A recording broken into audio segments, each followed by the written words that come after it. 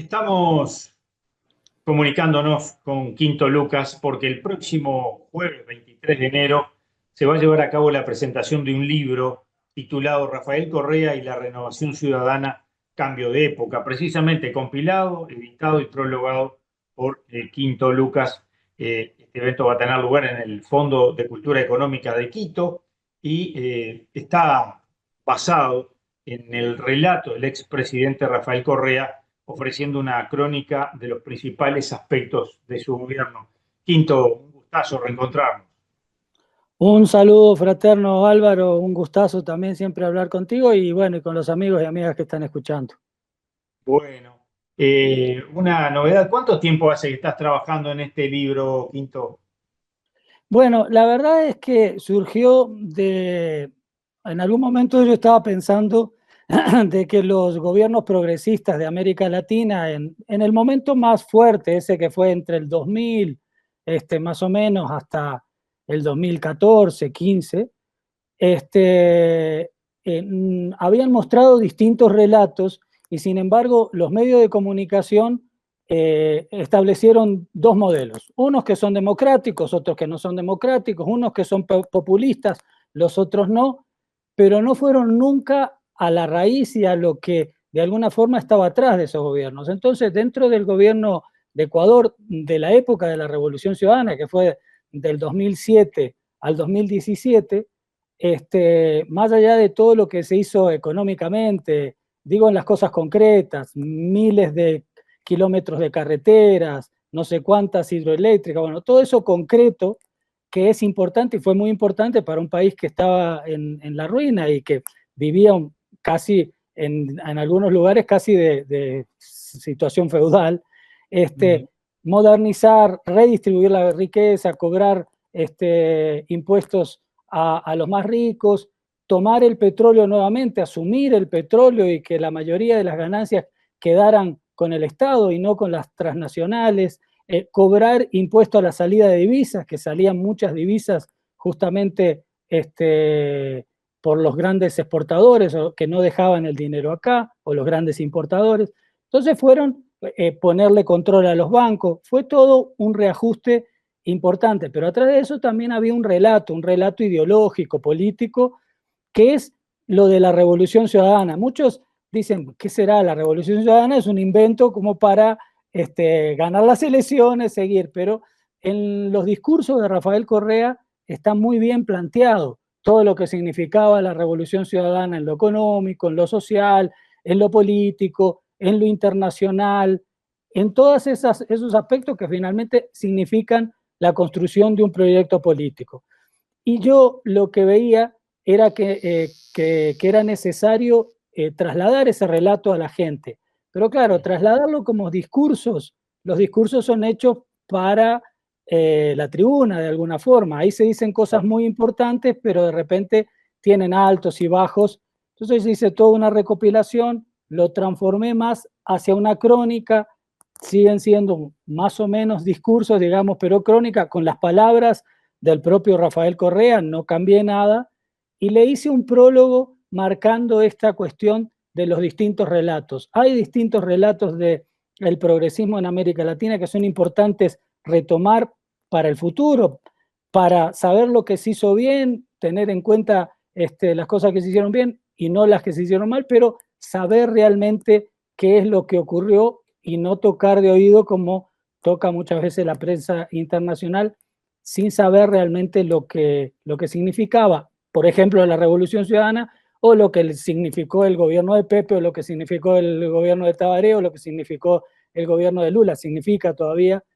Es importante recoger y a través de los discursos se puede encontrar mucho de lo que está ideológicamente y políticamente atrás de esos gobiernos. Asumo, ¿no? Cuando te presentábamos no lo decíamos, lo hemos hecho en otras ocasiones, tú sos escritor, periodista, pero además estuviste directamente en el gobierno de Correa. Creo que todas esas vertientes deben confluir en este trabajo, sin ningún lugar a duda. Claro, hay una mirada que tiene que ver con parte desde adentro y parte del periodista, que el periodista trata de tomar una distancia. La verdad es que no es una distancia porque yo lo que sí hago es ser lo más objetivo en agarrar esos discursos, no están todos, pero están buena parte, agarrar esos discursos y decir, bueno, acá hay temas importantes, por ejemplo, el tema de dejar el petróleo bajo tierra. ¿Por qué dejar el petróleo bajo tierra? El vínculo que tiene eso con el cambio climático y que finalmente nadie dio pelota a nivel internacional. Pero bueno, pero es una propuesta interesante que está marcada ahí para un país petrolero, ¿no? ¿Cómo trabajar el tema de los impuestos? ¿Por qué hacer impuestos, subir el impuesto a la renta y bajar el IVA? ¿Por qué poner impuestos a la salida de divisas de las grandes fortunas? Todo ese tipo de cosas, porque además Ecuador es un país dolarizado, todo ese tipo de cosas están marcadas en esos discursos, pero atrás hay todo un contenido ideológico, un vínculo con el movimiento indígena, el tema de la redistribución de la riqueza, todo eso que yo lo veo desde mi óptica y desde cómo lo vi de adentro, pero también como periodista. Creo que puede ser un aporte en el sentido, tanto para los académicos que a veces también hablan de oído y no saben lo que pasó en los distintos gobiernos progresistas. Entonces les pasa a los académicos ecuatorianos que hablan de Uruguay sin entender lo que pasa en Uruguay y les pasa a los uruguayos que muchas veces ni entienden lo que pasa o en Venezuela o en Honduras. Hay muchos gobiernos progresistas de distinto cuño y hay que saber qué puede haber estado atrás en el discurso y en los hechos, en la acción. Eso que tú decís me lleva a lo que está ocurriendo justamente en Venezuela y lo que pasa aquí en Uruguay. ¿Tú tenés la sensación de que a veces la izquierda de nuestros países se ve empujada por otro discurso más conservador? Claro, yo creo que están muy marcados por lo que se impone desde los grandes medios a nivel internacional. Y se impone un discurso, o sea, un relato para utilizar esa, como dice Harari, ese significado de todo lo que hay ideológico atrás. Bueno, él dice esos relatos que se van construyendo. Bueno, yo creo que están marcados por ese relato de los grandes medios de comunicación que dicen, acá Venezuela es una dictadura, hubo un fraude, y se dejan llevar por ese discurso, pero tampoco profundizan en el discurso de la oposición, tampoco profundizan cuando se habla de las actas, por ejemplo, es las actas que tiene que mostrar el gobierno. Cuando se habla de las actas que mostró la oposición que eran falsas, no se dice son falsas. Ahí esa es la realidad. Entonces muchos se dejan llevar por eso. Entonces, y lo otro es decir, Venezuela está en la crisis total actualmente y Venezuela está saliendo de su crisis, más allá de que es un problema obviamente de los venezolanos, pero nosotros tenemos que tratar de tomar esa realidad y tomar el discurso que estaba detrás de Chávez y tomar el discurso que está detrás de Maduro. Yo lo que hago es intentar de mostrar el discurso y lo que estaba atrás del gobierno de Rafael Correa. Creo que otros deberían hacerlo con cierta objetividad. Sabemos que la objetividad no existe porque todos tenemos un marcado político, bueno, tantas cosas, pero bueno, pero agarrar, ir y ver. Yo veía el otro día una entrevista a un periodista de izquierda que hablaba sobre Venezuela sin haber estado ni tenía idea. Decía, me contaron, fulano me contaba me dijo el otro. Si te dijo el otro, anda a ver. O sea, yo trato de siempre ir a las fuentes, sean fuentes de derecha o de izquierda, para no ser injusto. Yo tengo mi ideología, soy de izquierda, pero no puedo ser injusto en juzgar a unos y a otros por lo que yo creo, sino por lo que se puede ver ahí. Yo creo que de alguna manera, tú decías, bueno, es lo que estoy haciendo en este libro. Tú mismo, yo decía, tú integraste el equipo de gobierno de Correa, pero también tuviste tus diferencias. Y aún así estás rescatando un modelo que, ¿por qué entendés que terminó fracasando en Ecuador y que hoy es tan vilipendiado Correa? Bueno, la verdad es que en Ecuador el modelo económico de Correa funcionó, no fracasó realmente el país.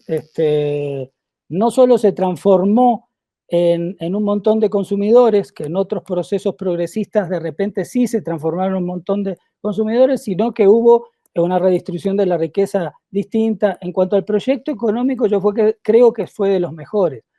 Lamentablemente, lo que no hubo fue un proceso social y partidario y político de consolidación de eso. Ni el partido Alianza País en ese momento, ni las distintas estructuras que estaban vinculadas al gobierno lograron concientizar a la gente y lograron de alguna forma consolidarse, digamos, con lo que era antes la hegemonía. Entonces, lo que ocurrió es que finalmente de la propia Revolución Ciudadana salió el candidato a presidente, que era el vicepresidente Moreno, y él fue que traicionó totalmente el proyecto político, que sí estaba marcado, no es que no había un proyecto político, por eso es que yo entrego este libro, digo. Entonces hubo una traición muy marcada, porque además empezó a perseguir gente que nunca se le demostró que hubiesen hechos de corrupción o lo que sea. Hay gente que todavía está presa. Glass está preso y está siendo torturado. Le han hecho una terrible, ya más de 5 años, 6 años. Nunca le han probado nada y sin embargo sigue ahí, preso y con unas dificultades. Bueno, lo sacaron de la Embajada de México, entrando a la Embajada de México, en una violación del territorio mexicano. Pero todas esas cosas es difícil, o parece que la prensa internacional a veces no quiere entender tampoco, o porque no lo estudian bien, lo que ocurre con las fiscalías, la importancia que tienen las fiscalías en la persecución judicial y el vínculo de las fiscalías con Estados Unidos, de ciertas fiscalías, no todas. Entonces, estamos en un momento de ver... Por ejemplo, en Brasil. Lo mismo que ocurrió en Brasil es lo que está ocurriendo en el Ecuador. Entonces, es válido para Lula y es válido la persecución a Lula, mejor dicho, no es válida, pero sí es válida la persecución a Rafael Correa. Claro. Bueno, ahí tenemos que empezar a mirar un poco las cosas, ¿no? Y tenemos que empezar a estudiar en general que hay algo. Estamos también en una guerra mundial, que se están posicionando dos polos claros. No es socialismo y capitalismo como en la época de la Guerra Fría, pero sí son dos polos distintos. Las potencias emergentes y Estados Unidos con sus aliados que cada vez se les van quedando menos. Entonces, hay que analizar todo eso, hay que hacer mucho más para entender también el proceso de esos gobiernos progresistas. ¿Cómo cayeron? Si Rafael Correa hubiese sido candidato nuevamente, si hoy fuera candidato, sería elegido, porque tiene el 60% más de intención de voto y bueno, 60-70% de popularidad. Entonces son todas esas cosas, ¿qué es la democracia? Todo eso hay que también estudiarlo, profundizar, porque si no, nos quedamos con el relato de los grandes medios y de la derecha internacional. Tinto, en un minuto, ¿es necesario que la izquierda de nuestros países afine un poco las decisiones a la hora de hacer alianzas? Yo creo que sí, que es necesario. Más allá de que obviamente que un gobierno no puede ser solo de izquierda, eso somos pragmáticos y claros. Nadie gana las elecciones solo la izquierda. Entonces es necesario hacer buenas alianzas también. Y si son alianzas con sectores que podrían llegar a estar casi en las antípodas, tienen que ser muy transparentes, muy claras, aquí está la población, esto es lo que estamos haciendo, porque para gobernar necesitamos esta alianza, pero no que se dé para interpretaciones que a veces son muy inventadas, y bueno, y con las redes sociales más, ya me fui más del minuto. No importa. El 23 entonces se va a estar presentando este libro, Rafael Correa y la Revolución Ciudadana, Cambio de Época. ¿De quién es el diseño de portada, Quinto? La pintura es de un maestro artista de aquí, que es Pavel Ewe, es uno de los grandes muralistas del Ecuador, que hay murales por todos lados, un gran artista, y bueno, está basada en esa pintura, y un poco lo que significa es tratar de confluir. El libro es también una apuesta, porque en el Ecuador actual, sacar un libro así tiene sus connotaciones. Sus riesgos. Entonces, bueno, ¿cómo? Tiene sus riesgos para el autor en este caso. Tiene sus riesgos, sus connotaciones, tiene todas sus cosas, pero bueno, la cuestión es así y yo creo que era necesario sacarlo en este momento. ¿Lo tendremos pronto por acá, el libro?